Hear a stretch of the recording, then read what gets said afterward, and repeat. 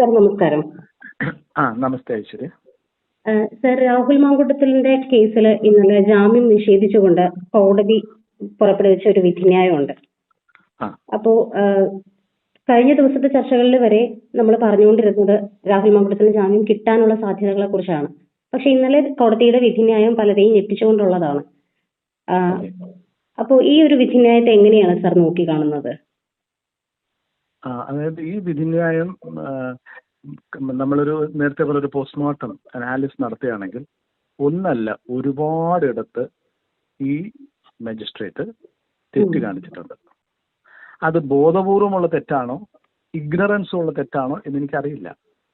പക്ഷെ നിയമപരമായിട്ട് നിയമവാഴ്ച നടപ്പിലാക്കുന്ന ഒരു സ്ഥലത്ത് ഇത്തരം തെറ്റുകൾ ചെയ്യുന്ന ഒരു വ്യക്തി ആ പോസ്റ്റിലിരിക്കാൻ അർഹതയാണെന്നുള്ള അടിസ്ഥാന ക്വസ്റ്റ്യൻ ഇവിടെ ഉണ്ട്. കാരണം A crime is committed against the state. ഞാൻ ചില ക്രൈംസ്, ഉദാഹരണത്തിന് എൻ്റെ ഒരു ഡിഫോമേഷൻ കേസ് അല്ലെങ്കിൽ ഒരു ചെക്ക് ഡിസോണർ ചെയ്യുന്നത്, ഇതിനകത്തൊക്കെ ഞാൻ പരാതി കൊടുക്കുന്നത് പഴയ CRPC എനിക്ക് തോന്നുന്നു സെക്ഷൻ 200 ആണ്. ഏതായാലും അതനുസരിച്ച് ഞാൻ പ്രൈവറ്റ് കംപ്ലൈന്റ് കൊടുക്കുന്നു. ആ കംപ്ലൈന്റിനെ ബേസ് ചെയ്ത് കോടതി ഉത്തരവിടുന്നു. എന്നിട്ടാണ് ഇതങ്ങനെ നടക്കുന്നത്. അപ്പം എന്റെ ബാധ്യതയാണ് ഇതിന്റെ തെളിവുകൾ കോടതിയിൽ മുമ്പിൽ ഹാജരാക്കുക എന്നുള്ളത്. പക്ഷെ റേപ്പ്, ഒരു ഡെക്കോയിറ്റ്, ഇതുപോലുള്ള ക്രൈം ഒക്കെ നടക്കുമ്പോൾ നമ്മൾ നോക്ക്, പോലീസ് അന്വേഷിക്കുന്നു, പോലീസ് തെളിവ് കണ്ടെത്തുന്നു. പോലീസ് എന്ന് പറഞ്ഞാൽ സ്റ്റേറ്റിന്റെ പാർട്ടാണ്. പബ്ലിക് പ്രോസിക്യൂട്ടർ സ്റ്റേറ്റിന്റെ ഭാഗമാണ്. ആ പബ്ലിക് പ്രോസിക്യൂട്ടറാണ് കേസ് ആർഗ്യൂ ചെയ്യുന്നത്. എനിക്ക് വേണ്ടി ഞാനാണ് ഈ വേറൊരാൾ ചെയ്തൊരു ഒരു കുറ്റകൃത്യത്തിന്റെ ഇര.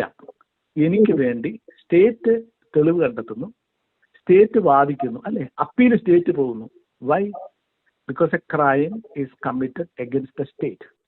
അപ്പൊ ഒരു സ്റ്റേറ്റിനെതിരെ ക്രൈം ചെയ്യുമ്പോൾ ആ ക്രൈം അന്വേഷണവും എല്ലാം സ്റ്റേറ്റ് നടത്തുമ്പോൾ ഇതിന്റെ ജഡ്ജ്മെന്റ് എന്ന് പറയുന്നത് ആ വ്യക്തിയെ, ഇതിനകത്ത് വരുന്ന വ്യക്തിയെ ബാധിക്കും. അക്യൂസ്ഡ് ആയ പേഴ്സണെ വെറുതെ വിട്ടാലും ശിക്ഷിച്ചാലും അയാളെ ഡയറക്റ്റ് ആയിട്ട് ബാധിക്കും. പക്ഷെ അതിന്റെ ലാർജർ സെൻസിൽ അത് ആ സ്റ്റേറ്റിനെയാണ് ബാധിക്കുന്നത്, നിയമവാഴ്ചയാണ് ബാധിക്കുന്നത്. എ റോങ് ജഡ്ജ്മെന്റ് എന്ന് പറയുന്നത് ഒരു സ്റ്റേറ്റിനെയാണ് ബാധിക്കുന്നത്. Because it's all done on behalf of the state. വ്യക്തി അല്ല ഇവിടെ കേസ് പരാജയമാണ് വ്യക്തി കൊടുക്കുന്നത്, ബാക്കി മുഴുവൻ സ്റ്റേറ്റാണ് ചെയ്യുന്നത്. അപ്പൊ അത്തരം സ്ഥലങ്ങളിൽ സ്റ്റേറ്റിന്റെ മെഷീനറിയുടെ ഭാഗമായ ജുഡീഷ്യറി, ഒരു ഉന്നത ഉദ്യോഗസ്ഥ, ഒരു മജിസ്ട്രേറ്റ്, അത്രയും ഉത്തരവാദിത്വം വേണം കാര്യങ്ങൾ കാണുന്നതിന്. ആ ഉത്തരവാദിത്വം ഈ ജഡ്ജ്മെന്റിന്റെ കാര്യത്തിൽ ഉണ്ടായിട്ടേ ഇല്ല. നമുക്ക് ഒന്നൊന്നായിട്ട് അനലൈസ് ചെയ്യാം. ഇത് ഈ കേസിന്റെ നമ്പർ ഒക്കെ 16/1 ഇത് കേൾക്കുന്നത്, 17 ജഡ്ജ്മെന്റ് കൊടുക്കുന്നു.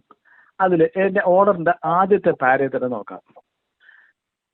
This is an application for bail filed by the counselor for petitioner or accused, etc., etc.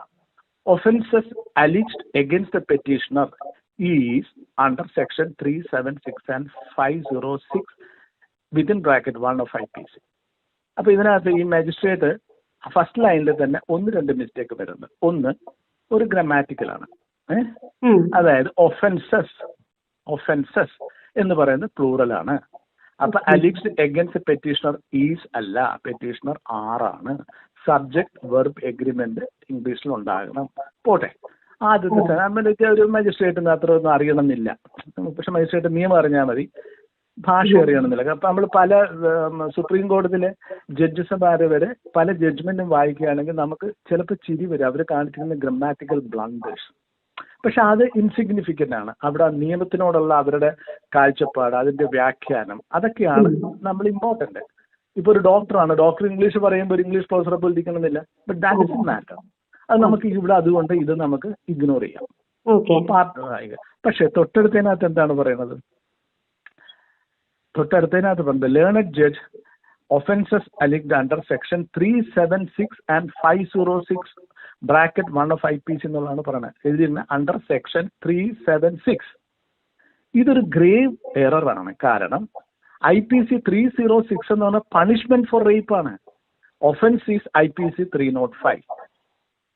Sorry 375. 305 375 ഉള്ള കുറ്റമാണ് റേപ്പ്. അതിനുള്ള ശിക്ഷയാണ് 376 പറയുന്നത്. മനസ്സിലായി? ഇവര് പറഞ്ഞ learned offences alleged is under section 376 and 506. 506 എന്ന് പറഞ്ഞെന്ന് പറഞ്ഞാൽ ക്രിമിനൽ ഇന്റിമിഡേഷൻ ആണ്, അത് ഒഫൻസ് ആണ്. 376 എന്ന ഒഫൻസ് അല്ല, പണിഷ്മെന്റ് ആണ്. അതെ, പണിഷ്മെന്റ് ആണ്. അപ്പൊ അതാണ്. പിന്നെ അത് കഴിഞ്ഞിട്ട് ഇത് നമുക്ക് ടൈപ്പോഗ്രഫിക്കൽ എറർ ആണ് എന്ന് പറഞ്ഞ് നമുക്ക് ഇഗ്നോർ ചെയ്യാം. പക്ഷെ പാര 4 വരുമ്പം വീണ്ടും repeat, the petitioner had also filed additional grounds stating that mere registration of N offence under section 376 IPC എന്നിങ്ങനെ പറയുകയാണ്. അവിടെ അവർ 376 IPC എന്നാണ് പറയുന്നത് പാര 4-ലും. It should have been 375. 376 is punishment, offense അല്ല. Okay. ഇനി ആ പാര ഞാൻ വീണ്ടും കോട്ട് ചെയ്യാണ്. The petitioner has also filed additional grounds stating that mere registration of an offense under section 376 of IPS, കണ്ടോ, 375 ആണ്. അവിടെ വീണ്ടും does not by itself create reasonable grounds etc എന്ന് പറയുന്നു. അവിടെയും അത് മിസ്റ്റേക്ക്. ഇതൊക്കെ നമുക്ക് പോട്ടെ, സെക്ഷൻ മാറിപ്പോയി, അതൊക്കെ അങ്ങ് വിട്ടുകളയാം. പക്ഷെ അതിനേക്കാൾ സീരിയസ് എറേഴ്സ് ഉണ്ട് ജഡ്ജ്മെന്റിൽ. എന്നു വെച്ചാൽ ബേസിക് എന്താണ് പെറ്റീഷണേഴ്സിന്റെ ആർഗ്യുമെന്റ് ആണ്. The victim had not signed the FIS, First Information Statement, which was an electronic communication, within 3 days. And the mandatory medical examination of victim as envisaged under section 184 subsection 1 of BNSS 2023 was not conducted in the instant. രണ്ടെണ്ണമാണ്. ഒന്ന്, electronic communication വഴി കൊടുക്കുകയാണെങ്കിൽ അതിനെ 3 ദിവസത്തിനകം അത് നമ്മൾ sign ചെയ്ത് മേടിക്കണം ആ വ്യക്തിയുടെ നിന്ന്. 2, ഈ വിക്ടിമിനെ മെഡിക്കൽ എക്സാമിനേഷന് കൊണ്ടുപോയിരിക്കണം. ഈ രണ്ടെണ്ണമാണ്. അല്ല, നമുക്ക് ആദ്യം മെഡിക്കൽ എക്സാമിനേഷന് കൊണ്ടുപോയതിന്റെ കാര്യം ആദ്യം പറയാം. എന്തിനാണ്? അപ്പൊ എന്തിനാണെന്ന് പറയുകയാണെങ്കിൽ medical examination of the victim in cases to attempt to commit rape, അതൊക്കെ നമ്മൾ ഇമ്മീഡിയറ്റ് ആയിട്ട് ചെയ്തിരിക്കണം. എന്തുകൊണ്ടെന്ന് വെച്ചാൽ ഒരു റേപ്പ് നടന്നു കഴിഞ്ഞാൽ ആ വിക്ടിം ഈ ചെയ്ത ആളെ ശിക്ഷിക്കണം എന്നുണ്ടെങ്കിൽ ആ ക്രൈം നടന്നതായിട്ട് തെളിഞ്ഞിരിക്കണം. അവർ പറഞ്ഞാൽ മാത്രം പോരാ. അപ്പൊ ആ വ്യക്തിയെ ഇമ്മീഡിയറ്റ് ആയിട്ട് മെഡിക്കൽ ചെക്കപ്പിന് കൊണ്ടുപോവുകയാണെങ്കിൽ അവര് റേപ്ഡ് ആണോ എന്നറിയാൻ നോക്കും. അത് 2-3 ദിവസം അല്ലെങ്കിൽ 4-5 ദിവസം കഴിഞ്ഞാൽ നമ്മുടെ ശരീരത്തില് വലിയ മുറിവുകളൊന്നും ഇല്ലെങ്കിൽ അതൊന്നും അറിയാനൊക്കില്ല. അപ്പൊ അത് അറിയണം എന്നുള്ളത് പ്രധാനപ്പെട്ടതാണ്. എന്തിനാണ്? സ്റ്റേറ്റിനെതിരെ ഒരു ക്രൈം നടത്തിയിരിക്കുന്നു. അപ്പൊ ആ ക്രൈം നടത്തിയ വ്യക്തികൾക്ക് സ്റ്റേറ്റ് ശിക്ഷ മേടിച്ചു കൊടുക്കുന്നു. ഇതാണ് പ്രോസസ്.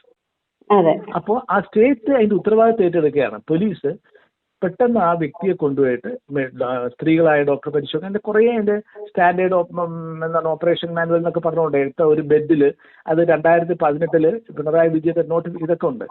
മുഖ്യമന്ത്രിയുടെ ഒരു ഗസറ്റ് ഓർഡർ ഒക്കെ ഉണ്ട്. ആ കട്ടിലിന് എത്ര ഹൈറ്റ് വേണം, അത് ചരിഞ്ഞിരിക്കണം, അതിനകത്ത് എത്ര വേണം, ഇങ്ങനെയൊക്കെ മൈന്യൂട്ട് കാര്യങ്ങൾ. ഇത് മുഴുവൻ ഈ വിക്ടിമിന്റെ പ്രൊട്ടക്ഷന് വേണ്ടിയിട്ടാണ്. അവർക്ക് ഒരു ബുദ്ധിമുട്ടും ഉണ്ടാകരുത്. അതിനുവേണ്ടി ഡീറ്റെയിൽ ആയിട്ടുള്ള സാധനങ്ങളാണ് ചെയ്യുന്നത്. പക്ഷെ ഇവിടെ നമുക്ക് 2 വർഷം കഴിഞ്ഞാൽ ഇതിന്റെ തെളിവ് എന്തെങ്കിലും കാണുമോ? അത് മെഡിക്കലി പറയുന്നത് no. A medical examination 2 years after the suspected rape is highly unlikely to detect direct physical evidence like semen or DNA, as such biological traces degrade quickly within days. എന്തുകൊണ്ടാണ്? ഒന്ന്, ബയോളജിക്കൽ ഡീകേ വരാം. Sperm, saliva and other biological samples generally last only a few days on the body with the best. അതുകൊണ്ടാണ് maximum 72 hours കാണുള്ളൂ. 2, നമ്മൾ കുളിക്കുകയോ hygiene നമ്മുടെ ആക്ടിവിറ്റിയിൽ കൂടെ തന്നെ ഇതെല്ലാം ഇല്ലാതായിപ്പോ. അതുകൊണ്ടാണ് ഈ എന്താണ് പെട്ടെന്ന് ഈ വിക്ടിമിനെ മെഡിക്കൽ അത് ഒരു എന്താണ് ചട്ടമല്ല. അതൊരു ചട്ടം അനുസരിക്കേണ്ട ചട്ടമല്ല. അത് നിയമം നടപ്പിലാക്കേണ്ട ചില ബാധ്യതകളാണ്. എങ്കിലേ ഈ നിയമം നടപ്പിലാക്കപ്പെടുകയുള്ളൂ. അതുകൊണ്ടാണ് ഒരു പ്രശ്നം വന്നാൽ ഇമ്മീഡിയറ്റ് ആയിട്ട് പരാതിപ്പെടുന്നു. ആ പരാതിപ്പെട്ട് കഴിഞ്ഞാൽ ഇമ്മീഡിയറ്റ് ആയിട്ട് അത് ആ കുറ്റകൃത്യം പ്രൂവ് ചെയ്യാനുള്ള വഴികളിലേക്ക് പോലീസ് പോണം. അതാണ് ഇതിന്റെ കാര്യങ്ങൾ പറയുന്നത്. അപ്പൊ അങ്ങനെ അതിന്റെ പഴയ നിയമത്തിൽ 1860 IPC അനുസരിച്ച് അന്ന് നമുക്ക് ഇലക്ട്രോണിക് കമ്മ്യൂണിക്കേഷൻ ഒരു സാധനം ഇല്ല. അപ്പോൾ അതുകൂടെ ഇൻകോർപ്പറേറ്റ് ചെയ്തിട്ടാണ് നമ്മൾ BNS-നകത്ത് ഈ ഇങ്ങനെ ഇലക്ട്രോണിക് പരാതി കൊടുത്താൽ മതി എന്ന് പറഞ്ഞിരിക്കുന്നത്.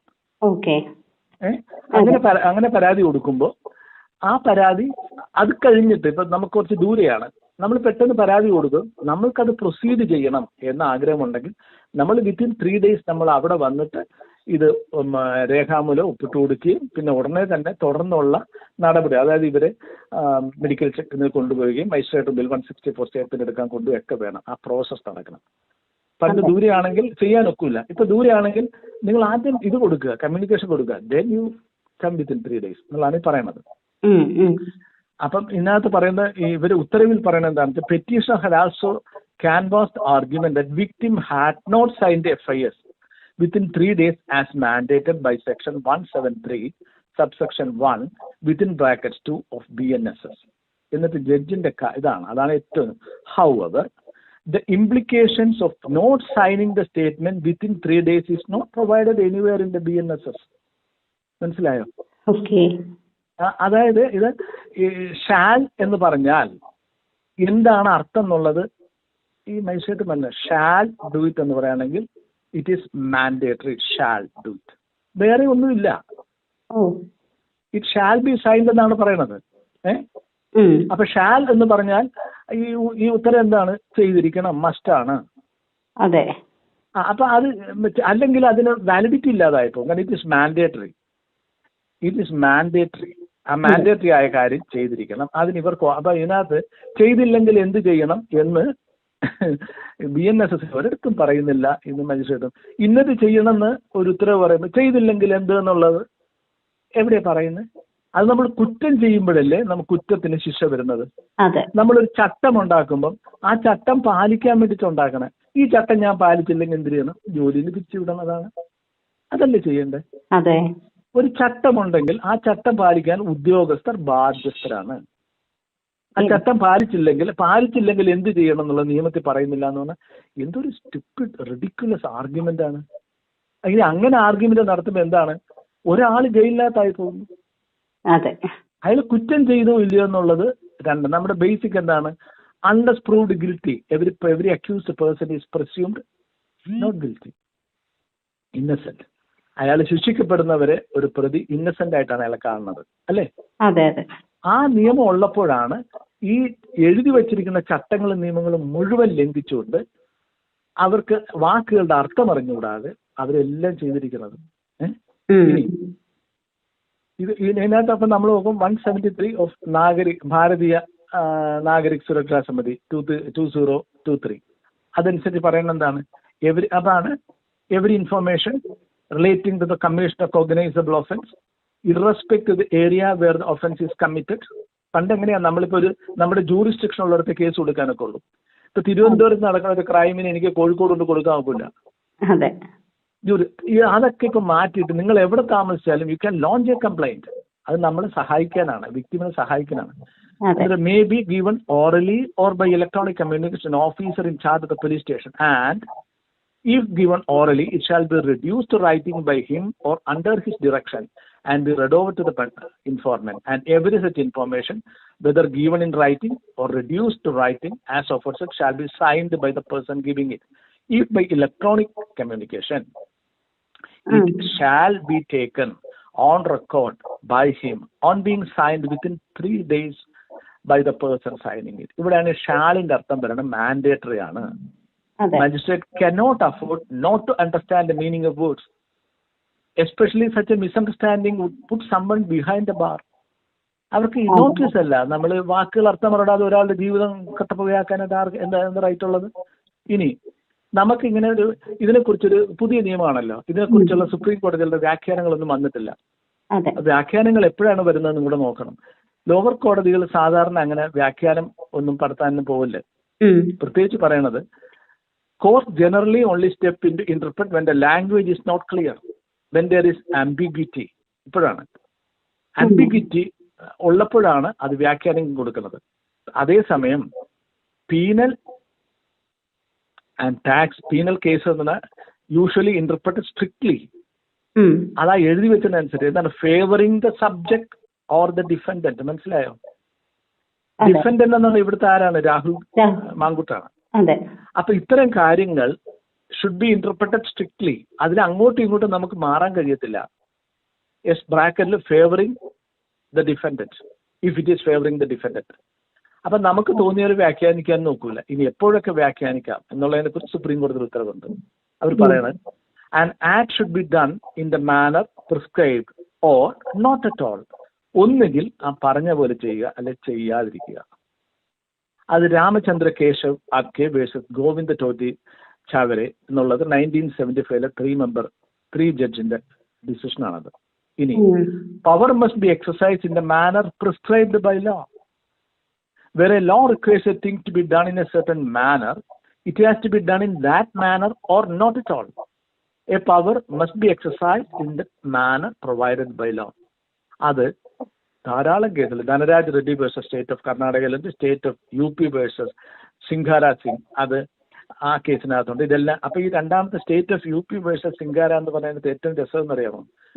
It was a case where the magistrate had not obtained the signature of the accused on his confessional statement recorded under 164 subsection 4 of CRPC. ഒരു അക്യൂസ്ഡിന്റെ കൺഫെഷണൽ സ്റ്റേറ്റ്മെന്റ് മജിസ്ട്രേറ്റ് റെക്കോർഡ് ചെയ്തിട്ട് അതില് ആ അക്യൂസ്ഡിന്റെ ഒപ്പ് മേടിച്ചിട്ടില്ല എന്ന് പറയണത് തെറ്റാണ് എന്ന് സുപ്രീം കോടതി പറയണം. മനസ്സിലായോ? The rule says that when you take a statement of the accused under 164 subsection 4, it needs to be signed by that person. അത് തന്നെയല്ലേ ഇവിടെ വന്നിരിക്കുന്നത്? അതുപോലെ തന്നെയല്ലേ if you launch a complaint through electronic media, it needs to be signed within 3 days എന്ന് പറയുകയാണെങ്കിൽ അതിന് വേറെ എന്തിനാ പോണത്? അത് ക്ലിയർ അല്ലേ? അതെ, തീർച്ചയായും അത്രയും ക്ലാരിറ്റി അല്ലേ? എന്തിനാ അതിന് വേറെ പോകുന്നത്? ധാരാളം കേസുകളുണ്ട്.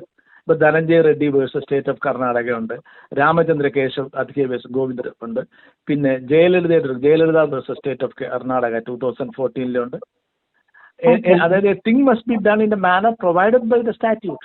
അതാ ചെയ്യേണ്ടത്. State of Kerala versus Kerala rare mineral limited, അതിന് 3 ബെഞ്ച് ഡിസിഷൻ ഉണ്ട്. ധാരാളം ഡിസിഷൻസ് ഉണ്ട്.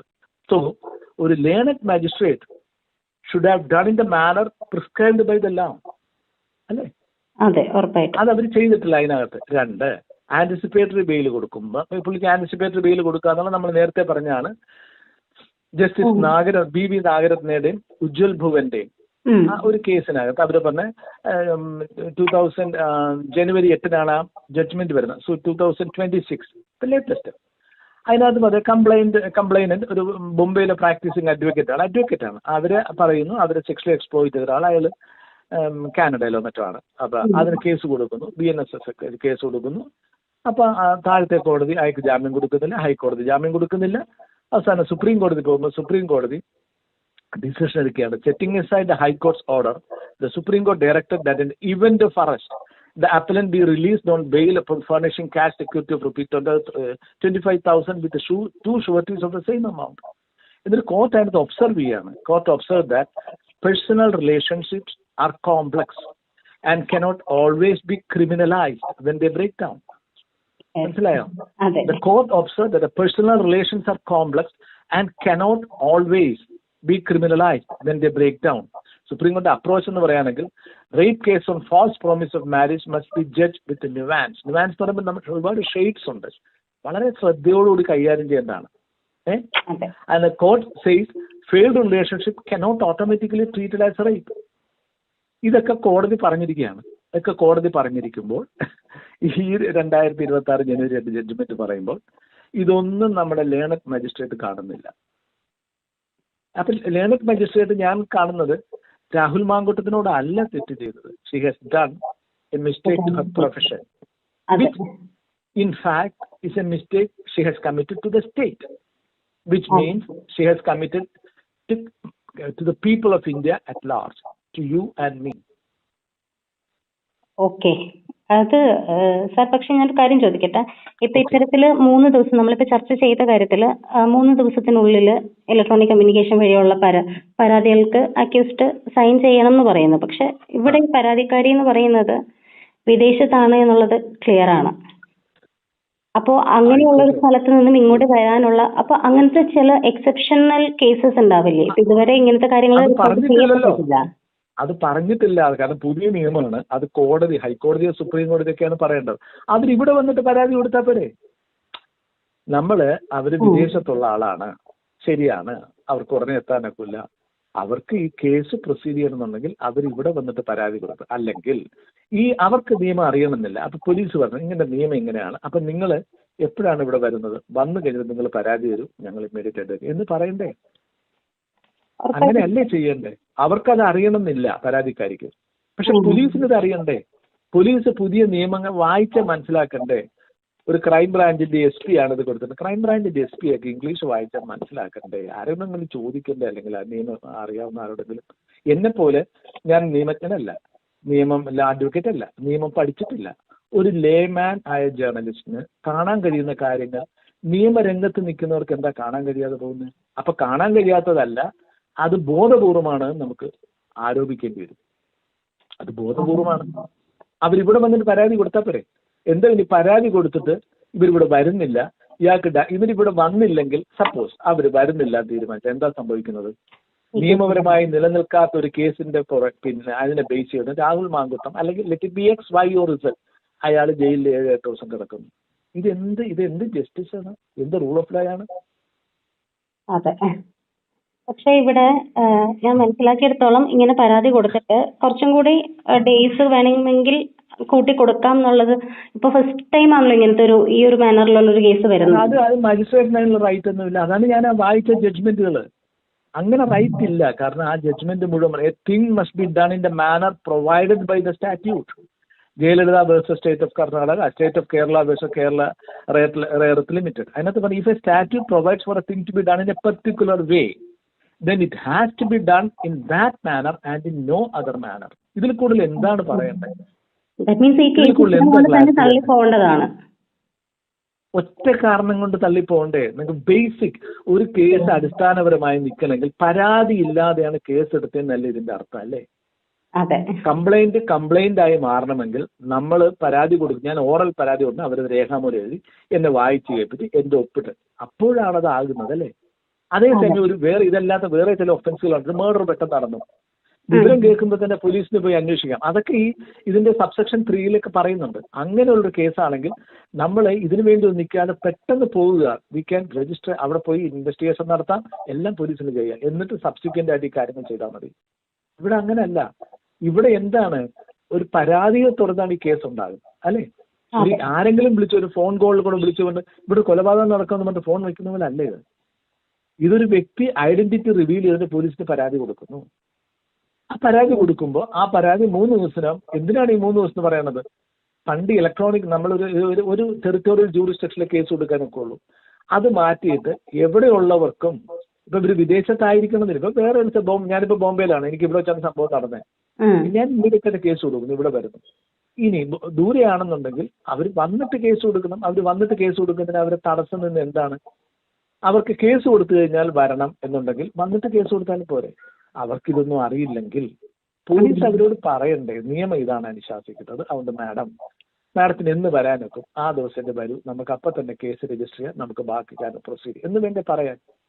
അതെ, തീർച്ചയായും. ഇനി ഇവരുടെ ജെനുവിൻ ആണോ എന്നുള്ളത്, ഈ ആളുടെ ഇമെയിൽ ജെനുവിൻ ആണെന്ന് ഇവർക്ക് എങ്ങനെ അറിയാം? ഇവര് വാട്സപ്പിൽ കൂടെ ചാറ്റ് ചെയ്യുന്നുണ്ട്. വാട്സപ്പിൽ നിന്ന് കൂടെ ഈ വ്യക്തിയാണെന്ന് ഇവർക്ക് എങ്ങനെ അറിയാം? She is not the president of India. എല്ലാവർക്കും അറിയാൻ മാത്രമായിട്ട് അറിയാമോ? ഇവർക്ക് പോലീസുകാർക്ക് അറിയാമോ ഈ വ്യക്തി ആരാണ്? പക്ഷെ വീഡിയോഗ്രാഫ് വഴി അവരുടെ മൊഴി എടുത്തു എന്നുള്ളത് പറയുന്നുണ്ടല്ലോ. അതെ, പക്ഷെ അവരാണെന്നുള്ള ഞാൻ ചോദ്യം, ഇമെയിൽ അയച്ച ആളാണ് മൊഴി എടുത്തതെന്ന് നിങ്ങൾ എങ്ങനെ തെളിയിക്കും? നമുക്ക് 100 ഫാൾസ് ഇമെയിൽ ഉണ്ടായിക്കൂടെ?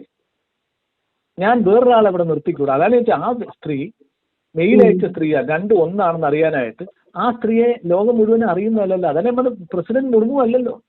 നമുക്ക് അവരെല്ലാരും അറിയാനായിട്ട്. ഷീസ് എ ന്യൂ പേഴ്സൺ അല്ലേ? അതെ, തീർച്ചയായും. ആ ന്യൂ പേഴ്സണും ഇമെയിൽ കൊടുത്ത ആൾ ഒന്നാണെന്ന് ഇവരോട് ആരെ പറഞ്ഞെന്ന്? ഇവരെങ്ങനെ തെളിയിക്കണമെന്നേ പോലീസ്? ആരെ ഇവരോട്? ഒരേ വ്യക്തി ആയിരിക്കും, പക്ഷേ നിയമം അവരുടെ 3 ദിവസത്തിന് അവരുടെ ഇമെയിലിൽ വന്ന അവരുടെ പരാതിക്ക് അത് രേഖാമൂലം FIS ആക്കി മാറ്റണം എന്ന് പറയുമ്പോൾ അതൊന്നും ചെയ്യാതെ വാട്സപ്പിൽ കൂടെ എടുത്ത് വാട്സപ്പിൽ കൂടെ ശിക്ഷ ഇതിന് നടത്ത്. ഇവർ കോടതി പോകണ്ട, വാട്സപ്പിൽ കൂടെ കോടതി വിചാരണയൊക്കെ നടത്ത്, വാട്സപ്പിൽ കൂടെ ശിക്ഷയും കൊടുക്കയക്ക്. എന്തൊരു സ്റ്റുപ്പിഡ് ആർഗ്യുമെന്റ്സ് ആണ് ഇവരുടെ. ഉറപ്പായിട്ടും സാർ, ആ ഒരു വിഷയത്തിൽ CCTVയും വാട്സപ്പും ഇല്ലെങ്കിൽ പോലീസ് സ്റ്റേഷനൊക്കെ അടച്ചു പോകുന്നതാണ് എനിക്ക് തോന്നുന്നത് കേട്ടോ. ഒരു ക്രൈം നടത്തിയാണെങ്കിൽ CCTV ഇല്ല, അതുകൊണ്ട് അന്വേഷിക്കാറില്ല. പക്ഷെ ഇവിടെ ഒരു വനിതാ ഉദ്യോഗസ്ഥയുടെ നേതൃത്വത്തിൽ തന്നെ അവർ തന്നെ ഡയറക്റ്റ് വീഡിയോ വഴി തന്നെ അവരുടെ വീഡിയോ കോൺഫറൻസ് വഴി തന്നെ മൊഴി എടുത്തു എന്നുള്ളതാണ് ഇപ്പൊ പറയുന്നത്. അപ്പൊ അത് ഒരു കണക്കിനും സഹായകമാകില്ല എന്നാണ് സാർ പറയുന്നത്. ഇപ്പോ ഞാൻ പറയുന്നത്, നിയമം പറയുന്നത് അവർ ഇൻ പേഴ്സൺ വന്ന് കൊടുക്കണം, വാട്സപ്പിൽ കൂടെ എടുക്കാമെന്ന് നിയമത്തിൽ പറഞ്ഞിട്ടില്ല. പറയാത്ത കാര്യങ്ങൾ ചെയ്യാൻ അർഹതയില്ല. A thing must be done in a manner provided by the statute എന്ന് കൃത്യമായി പറഞ്ഞിരിക്കണം, മനസ്സിലായ? And when it has to be done in the manner and in no other manner. It has to be done in the manner, in that manner and in no other manner എന്ന് Jayalalithaa versus state of കർണാടകയിൽ പിന്നെ 5 കേസുകളിലും പറയുന്നു. അല്ല, പറഞ്ഞ പോലെ ചെയ്യാവും, നിങ്ങൾക്ക് തോന്നിയത് ചെയ്യാനൊക്കില്ല. അതാണ് ഞാൻ ചോദിക്കുന്നത്. ഈ പരാതി കൊടുത്ത ആളാണ് വാട്സപ്പിൽ കൂടെ വന്നതെന്നുള്ളതിന് ഇവർക്ക് എന്ത് തെളിവുണ്ട്? എനിക്കൊരു തെറ്റായ ഒരു ഇമെയിൽ ഉണ്ടായിക്കൂടെ? ഇതൊക്കെ ഈ ക്രൈം നമ്മുടെ ഇവിടെ ക്രൈം ഡിറ്റക്ട് ചെയ്യാനുള്ള ഇതും ക്രൈം വരെ ഒരു വലിയ വലിയ സ്ഥാപനങ്ങളുടെ സോഫ്റ്റ്വെയർ അവരുടെ മെറ്റീരിയൽ മുഴുവനും ഹാക്ക് ചെയ്ത് നശിപ്പിച്ച് കളയുന്ന ഒരു ലോകത്ത് ഒരു വ്യക്തി പരാതി ഇമെയിലിൽ വരുന്നു, എന്നിട്ട് അവർ വാട്സപ്പ് എടുക്കുന്നു. ഇവരെ ആരാണ് ഇതൊക്കെ ചെയ്യുന്നത്? ഇവർക്ക് എന്തൊരു റൈറ്റ് ഒന്നും ഇല്ലല്ലോ. ഷാൽ എന്ന് പറഞ്ഞാൽ ഷാൽ ആണ്. It's A command. നിയമത്തിന്റെ, എന്റെ നിങ്ങളുടെ അല്ല, നിയമം ഉണ്ടാക്കിയ കമാൻഡ് ആണ്. It is mandatory. ഇവർക്ക് മാറ്റാനുള്ള റൈറ്റ് ഒന്നുമില്ല, തോന്നിയ പോലെ എഴുതാനുള്ള റൈറ്റ് ഒന്നുമില്ല ഇവർക്ക്. ഇത് മുഴുവൻ തെറ്റാണത്. അത് മനഃപൂർവ്വം ചെയ്യുന്നതാണ് ഇതെല്ലാം.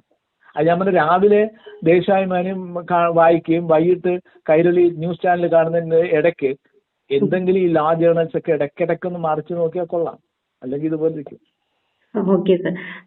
അപ്പോൾ ഈ ചെയ്തിരിക്കുന്ന കാര്യങ്ങളൊക്കെ തെറ്റാണെന്നുള്ളത് ഈ ഒരൊറ്റ സംഭവത്തിൽ തന്നെ തെളിയുമ്പോൾ ഈ കേസ് അവിടെ കൊണ്ട് തന്നെ തള്ളിപ്പോണ്ട രണ്ടാമത്തെ പോയിന്റ് നമ്മൾ പറഞ്ഞു കഴിഞ്ഞു. തള്ളിപ്പോണ്ടാണല്ലോ ഈ case. there is no case. പക്ഷെ ഇവിടെ അതെ, അപ്പൊ മജിസ്ട്രേറ്റ് ഇങ്ങനെ ഒരു മജിസ്ട്രേറ്റിന് തെറ്റുപറ്റി എന്നുള്ളത് കൊണ്ട് മജിസ്ട്രേറ്റിനെതിരെ നടപടി വരാനുള്ള യാതൊരു ചാൻസും ഇല്ലല്ലോ. അവര് നിയമം കൊണ്ട് തന്നെ അവർ പ്രൊട്ടക്റ്റഡ് അല്ലേ? അതെ, ജുഡീഷ്യൽ ഓഫീസേഴ്സ് പ്രൊട്ടക്ഷൻ അനുസരിച്ച് അവര്. അപ്പൊ എന്തിനാണ് അങ്ങനെ പ്രൊട്ടക്ഷൻ കൊടുത്തിരിക്കുന്നത്? അവര് സത്യസന്ധമായി നീതിപീഠത്തിന് കണ്ണുകെട്ടിയിരിക്കുകയാണ്. സത്യസന്ധമായി എവിഡൻസുകളുടെ ബേസിസിൽ നീതി നിർവഹണം നടത്തുന്ന അവരെ അകാരണമായി നിയമപ്രശ്നങ്ങളിലിട്ട് നിയമക്കുരുക്കിലിട്ട് ബുദ്ധിമുട്ടിക്കരുത്. അപ്പൊ നിയമവാഴ്ച നടപ്പിലാകില്ല എന്നത് അത്രയും ഉത്തരവാദിത്തോടുകൂടിയാണ് അവരെ കൊടുത്തത്, മനസ്സിലായോ? ഒരു ജഡ്ജിന് അത്രമാത്രം ഉത്തരവാദിത്വവും ട്രസ്റ്റും നമ്മുടെ നാട് സ്റ്റേറ്റ് കൊടുത്തിരിക്കുകയാണ്. അപ്പൊ ബ്രീച്ച് ഓഫ് ട്രസ്റ്റാണ് അവിടെ നടക്കണേ. അത്ര നമ്മൾ ഒരാളെ എല്ലാം വിശ്വസിച്ച് ഏൽപ്പിക്കുമ്പോൾ അയാള് അത് അതുപോലെ ചെയ്യണം. ചെയ്തില്ലെങ്കിൽ എന്താണ്, നമ്മുടെ നാട്ടിൽ അതിനുള്ള നിയമങ്ങളില്ല. പക്ഷെ നമ്മൾ ഇതുപോലെ ചർച്ച ചെയ്യുമെങ്കിലും വേണം. ഇവർ കാണിക്കുന്ന മര്യാദകേടുകൾ, ബോധപൂർവമോ അല്ലാതെ ചെയ്യുന്ന മര്യാദകേടുകൾ, അജ്ഞത കൊണ്ടോ അല്ലെങ്കിൽ പ്രോപ്പർ നോളജ് ഇല്ലാത്തതുകൊണ്ടോ ചെയ്യുന്ന കാര്യങ്ങൾ, ഇത് ചർച്ച ചെയ്യണമെന്ന്. അത് Rahul Mankutta let it be tomorrow it can be you or me.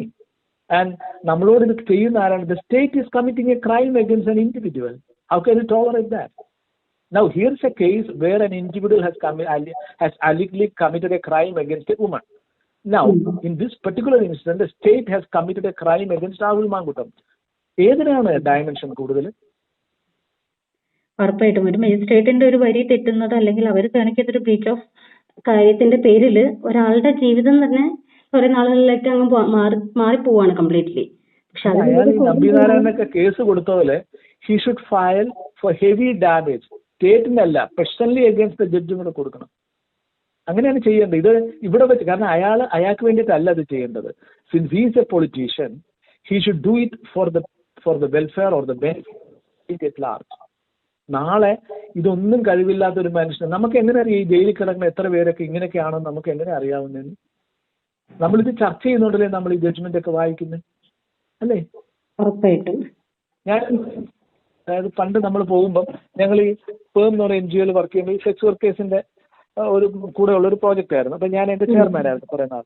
അപ്പോഴാണ് നമ്മൾ മനസ്സിലാവുന്നത് ഈ സെക്സ് വർക്കേഴ്സിനെ എല്ലാം പിടിച്ച് ജയിലിലിടുന്നു, ഓരോ കാര്യങ്ങൾ പറഞ്ഞു. അപ്പൊ ഞാൻ നിയമം എന്താണെന്ന് മനസ്സിലാക്കാൻ വേണ്ടി NR മാധവമേനൻ എന്ന് പറഞ്ഞ ഒരു ലീഗൽ ല്യൂമിനറി ഉണ്ടായിരുന്നു. വാസ് ലാ കമ്മീഷൻ മെമ്പറൊക്കെ ആയിരുന്നു. പോണ്ടിച്ചേരിയിലെ ലാ യൂണിവേഴ്സിറ്റി, ബാംഗ്ലൂരിലെ ലാ യൂണിവേഴ്സിറ്റി ഒക്കെ തുടങ്ങുന്ന ലീഗൽ ല്യൂമിനറി. പുള്ളിയെ ഞങ്ങൾ ക്ലാസ് എടുക്കാൻ വിളിച്ചിട്ട് പുള്ളി വന്ന് ക്ലാസ് എടുക്കുമ്പോൾ പുള്ളി പറയുന്നു, ഇമോറൽ ട്രാഫിക് പ്രിവെൻഷൻ ആക്ട് അനുസരിച്ച് buying sex or selling sex is not an offence. It has never been an offence in India. But making money out of that by someone else is a punishable offence. അയാൾക്ക് pimping is a punishable offence. പിന്നെ പൊതുസ്ഥലത്ത് നിന്ന് നിങ്ങൾ you should not, സ്ത്രീകൾ അവിടെ മറ്റുള്ളവരെ ഇങ്ങനെ NTC ചെയ്ത് വിളിക്കരുത്, സോളിസിറ്റ് ചെയ്യില്ല എന്നൊരു കുറ്റമുണ്ട്. ഇവരെ മുഴുവൻ കേസെടുക്കുമ്പോൾ ഇവർ റോഡിൽ നിന്ന് മദ്യപിച്ചു എന്നാണ് ഈ കേസുകൾ. മദ്യപിച്ച് റോഡിൽ നിൽക്കുന്ന പുരുഷന്മാർക്കെതിരെ കേസെടുത്തിട്ടുണ്ട്? ഇല്ലല്ലോ. അന്ന് സമൂഹത്തില് ഇത് ഈ നമ്മൾ ഹോട്ടലിലൊക്കെ റെയ്ഡ് ചെയ്യത്തില്ലേ? എന്തിനാണ് റെയ്ഡ് ചെയ്യുന്നത്? ഞാനൊരിക്കൽ ഈ എന്റെ ഈ ISR കേസിന്റെ ഇടയിൽ ആ സമയത്തും പിന്നെ നന്ദകുമാറിനെ അറസ്റ്റ് ചെയ്തൊക്കെയുള്ള സമയത്ത് നന്ദകുമാറുമായി ബന്ധപ്പെട്ട് 120B ക്രിമിനൽ കോൺസ്പിറസി എനിക്കെതിരെ എടുക്കുന്നു. ആ സമയം ISR കേസൊക്കെ നടക്കുന്നതാണ്. അപ്പൊ എന്റെ ഫോൺ ടാപ്പ് ചെയ്യുന്നു എനിക്ക് എന്റെ സുഹൃത്തുക്കള് പോലീസിൽ തന്നെയുള്ള സ്പെഷ്യൽ ബ്രാഞ്ചിൽ പറഞ്ഞു. ഞാൻ പിന്നെ ടാപ്പ് ചെയ്തിട്ട് ഞാൻ ഫോണിൽ പറയുന്നൊക്കെ വെളിയിലും പറയുന്നുണ്ടോ? I'm not afraid of all these things. ഞാൻ ഫോണിൽ വിളിച്ച് റൂം ബുക്ക് ചെയ്താണ് എറണാകുളത്ത് ഒരു ഹോട്ടലിൽ പോകുന്നത്. ആ ഹോട്ടലിൽ പോയി ഞാൻ കിടക്കുന്നു. എന്റെ ഫോട്ടോഗ്രാഫർ രാവിലെ വരുമെന്ന് പറയുന്നു. രാത്രി എപ്പോഴായപ്പോൾ കഥക് തട്ടി നോക്കുമ്പോൾ പോലീസ്, സ്ത്രീകള്, മറ്റു കുറെ എല്ലാവരും വന്ന് ഇപ്പോൾ ഉണ്ട്. എനിക്ക് മനസ്സിലായ റെയ്ഡാണ്. അപ്പൊ എന്റെ മുറി റെയ്ഡ് ചെയ്തിട്ട് എന്റെ മുറിയിൽ ഒരു സ്ത്രീയെ കണ്ടു, നാളെ വാർത്ത കൊടുക്കാനായിട്ടാണ്. അപ്പൊ ഞാൻ തിരിച്ച് കയറി കിടന്നു കട്ടില്. അതുകൊണ്ട് അവര് പറഞ്ഞു ആളും അഡ്രസ്സും ഒക്കെ പറഞ്ഞിട്ട് കയറി കിടന്നാൽ മതി. ഞാൻ പറഞ്ഞു എന്റെ ഐഡന്റിറ്റി കാർഡ് ഉണ്ട്, അത് നോക്കി കുറിച്ചെടുക്കാൻ പറഞ്ഞു. അതുകൊണ്ട് ഒരാൾ നോക്കിയിട്ട് അയാൾ പറഞ്ഞു സാർ ഒരു ജേർണലിസ്റ്റ് ആണ്. ഉടനെ തന്നെ മറ്റേ എനിക്ക് പോവാം. അപ്പൊ ഞാൻ ചാടി ജേർണലിസ്റ്റുകൾ ഇതൊന്നും ചെയ്യത്തില്ലെന്ന് വെച്ചു. ഇവിടെ വന്നത് സ്ത്രീ ഉണ്ടോ നോക്കാനല്ലേ, വന്ന് നോക്കി എന്റെ കട്ടിലിന്റെ താഴെ നോക്കി, എന്റെ ബാത്റൂം നോക്കി, എന്റെ അലമാര നോക്കി, ഇല്ല എന്ന് പറഞ്ഞതിന് ശേഷം ഇവിടുന്ന് പോയാൽ മതി എന്ന് പറഞ്ഞു. അല്ല ഞങ്ങൾക്ക് അതിനുള്ള റൈറ്റ് ഉണ്ട്. അവന് എന്ത് റൈറ്റ്? ജോലി കഴിഞ്ഞ് വന്ന് കിടക്കുന്ന എന്നെ 2 മണിക്ക് തട്ടി വിട്ട് എന്റെ മുഖം കാണാനുള്ള റൈറ്റ് നിങ്ങൾക്ക് ആരാ തന്നെ? അത് നിങ്ങൾ ചെയ്തില്ലെങ്കിൽ ഈ നിമിഷം തൊട്ട് നിങ്ങളുടെ സിറ്റി പോലീസ് കമ്മീഷൻ ഉറങ്ങത്തില്ല. ഞാൻ കണ്ടിന്യൂസ് ആയിട്ട് അയാളെ വിളിച്ചോണ്ടിരിക്കുന്നു. അയാളും പണിയെടുക്കണം, സ്വസ്ഥമായിട്ട് ഉറങ്ങണ്ടെന്ന്. അവര് നോക്കി, എല്ലായിടം നോക്കിയിട്ട് ഒന്നുമില്ല. ഞാൻ പറഞ്ഞു ഇനി ഇടയ്ക്കിടയ്ക്ക് നിങ്ങൾക്ക് അസുഖം വരുമെങ്കിൽ നോക്കണം, ഞാൻ കഥ അടയ്ക്കുന്നില്ല കേട്ടോ എന്ന് പറഞ്ഞു. അപ്പൊ നമ്മളെ ഭീഷണിപ്പെടുത്തിയാണ്. യഥാർത്ഥത്തിൽ എനിക്ക് ആ നിയമം അറിഞ്ഞില്ലാതെ ഞാൻ ഭയപ്പെട്ടു പോയേനെ. അപ്പൊ അതെ ഭയപ്പെട്ടു പോയി. അപ്പൊ അന്ന് ഈ സ്ത്രീകളെ മുഴുവൻ കേസെടുക്കുമ്പോ എന്തിനാന്ന് ആരും ചോദിച്ചിട്ടില്ല അന്ന്. എന്തൊരു മര്യാദ കേട്. അപ്പൊ ഞങ്ങൾ അന്ന് ചോദിച്ചാൽ ഇവിടുത്തെ എഞ്ചിനീയേഴ്സ്, ഡോക്ടേഴ്സ് ആയിരുന്ന കുറെ ആളുകൾ പറഞ്ഞു അവരൊക്കെ ഇവർക്ക് ജാമ്യം എടുക്കാൻ വന്നു. ഇപ്പൊ നിങ്ങൾ നോക്ക്, എവിടെയാണ് ഈ സെക്സ് ട്രേഡ് നടക്കുന്ന സെക്സ് വർക്കേഴ്സിനെ അറസ്റ്റ് ചെയ്യുന്ന കേസുകൾ നിങ്ങൾ അങ്ങനെ കാണാറുണ്ടോ? ഇല്ല. അത് ഫൈറ്റ് ചെയ്യുന്നോണ്ടാണ്. ഇത് രാഹുൽ മാങ്കൂട്ട ഫൈറ്റ് ചെയ്യണം തിരിച്ച്. കാരണം അയക്ക് വേണ്ടി മാത്രമല്ല ഇത് ഫൈറ്റ് ചെയ്യേണ്ട കാര്യം. ഇങ്ങനെ ഈ മജിസ്ട്രേറ്റന്മാർ ഇങ്ങനെ വെറുതെ വിടല്ലേ. ഇപ്പൊ ഈ രാഹുൽ മാങ്കൂട്ടത്തിൽ വിഷയം അദ്ദേഹം ഇത്രയും ഒരു MLA ആയതുകൊണ്ടും ഇങ്ങനെ പുറത്തു വരുന്ന കാര്യങ്ങളായതുകൊണ്ടും നമ്മൾ ചർച്ച ചെയ്യുന്നത് കൊണ്ടാണ് നമുക്ക് ഇതിലെ ഇത്രയും വലിയ കള്ളക്കളികൾ മനസ്സിലാവുന്നത്. അപ്പൊ ഇത്തരത്തിൽ ചർച്ച ചെയ്യപ്പെടാതെ പോയി എത്രയോ നിരപരാധികള് അല്ലെങ്കിൽ തള്ളിപ്പോകേണ്ട കേസിൽ എത്രയോ പേരുടെ ജീവിതം ഇതുപോലെ ഹോമിക്കപ്പെട്ടിട്ടുണ്ടാവും. എത്രയോ പേര് ജയിലിൽ കിടക്കണം. നല്ലൊരു ശതമാനം പേര് ഇങ്ങനെയുള്ളവരൊക്കെ ആയിരിക്കണം. നമുക്ക് ആർക്കറിയാം? നമ്മൾ ആരും ഇതൊക്കെ നോക്കണം. അതെ, ഈ ഒരു വിഷയം ചർച്ചയായതുകൊണ്ട് മാത്രം നമുക്കിത് മനസ്സിലാവുന്നു. അപ്പൊ ഇതുപോലെ എത്ര ജഡ്ജിമാർക്കെതിരെ ഇങ്ങനത്തെ അന്വേഷണങ്ങൾ ശരിക്കും നടത്തി കഴിഞ്ഞാല് അപ്പൊ അതിന് വേണ്ടിയിട്ട് നമ്മുടെ chief justice of India DY Chandrachud നിയമപരമായി കാണിച്ച ലീഗൽ റേപ്പ് ആണ് അയാൾ നടത്തിയത്. He was doing legal rape. അയാൾക്കെതിരെ എന്ത് ചെയ്തു? ഭരണഘടന റേപ്പ് ചെയ്യാണ് അയാൾ ചെയ്തത്. പല ജഡ്ജ്മെന്റിൽ അയാൾ എന്ത് ചെയ്തു അയാൾക്കെതിരെ? അപ്പൊ നമുക്ക് അങ്ങനെ ഇവരുടെ ഉത്തരവാദിത്വം നമ്മൾ കൊടുക്കുമ്പോൾ, ആ ഉത്തരവാദിത്വം വലിയ ട്രസ്റ്റ് നമ്മൾ കൊടുക്കുമ്പോൾ അതിന് ഉയർന്ന രീതിയിലാണ് അവർ പെരുമാറേണ്ടത്. ഉറപ്പായിട്ടും. സത്യത്തില് ഇങ്ങനെ വരുമ്പോഴത്തേനും അന്വേഷണം ശരിക്കും ജഡ്ജിക്കെതിരെ രാഹുൽ മാങ്കൂട്ടത്തിൽ ഇൻകേസ് പുറത്തിറങ്ങി കഴിഞ്ഞാൽ അദ്ദേഹത്തിന് ഈ ജഡ്ജിക്കെതിരെ തിരിഞ്ഞ് പരാതി കൊടുക്കാൻ പറ്റിയാൽ പോലും അവരെ പ്രൊട്ടക്ട് ചെയ്യാൻ നിയമം ഉള്ളപ്പോ ഈ കേസ് എങ്ങോട്ടും പോകാൻ പോകുന്നില്ലല്ലോ സർ. അവർക്കെതിരെ അങ്ങനെ പരാതി കൊടുക്കാൻ ഒക്കുമെന്ന് എനിക്ക് തോന്നുന്നില്ല കേട്ടോ. ജുഡീഷ്യൽ ഓഫീസേഴ്സ് പ്രൊട്ടക്ഷൻ ആക്ട് അനുസരിച്ച് അവർ പ്രൊട്ടക്റ്റഡ് ആണ്. അവർക്കെതിരെ നിയമ നടപടി എടുക്കാൻ നിയമ നടപടി എടുക്കണമെങ്കിൽ ഒരുപക്ഷെ ഈ മജിസ്ട്രേറ്റിന്റെ ചാർജുള്ള ഹൈക്കോടതിയിലെ ജഡ്ജിമാർക്ക് ഓരോ ഏരിയ ചാർജ് ഉണ്ട്. അപ്പൊ അവർക്ക് പരാതി കൊടുക്കുകയാണെങ്കിൽ അവർക്ക് ഈ പരാതി പരിശോധിക്കാവുന്നതാണ്. ഹൈക്കോടതിക്കാണ് പരാതി കൊടുക്കുന്നത്. എനിക്ക് എന്റെ കൃത്യം അറിയത്തില്ല. പക്ഷെ നമ്മൾ മറ്റുള്ളവരെ പരാതി കൊടുക്കുന്ന പോലെ ജുഡീഷ്യൽ ഓഫീസേഴ്സിന് പരാതി കൊടുക്കാനൊക്കില്ല. അപ്പോഴും എന്തെങ്കിലും ഒരു കടുകുമണിയോളം സാധ്യത ഉണ്ടെങ്കിൽ അത് എക്സ്പ്ലോയിറ്റ് ചെയ്യണം, ചൂഷണം ചെയ്ത് അത് അപ്ലൈ ചെയ്യണം എന്നുള്ളതാണ് ഞാൻ പറയുന്നത്. ഉറപ്പായിട്ടും സാർ.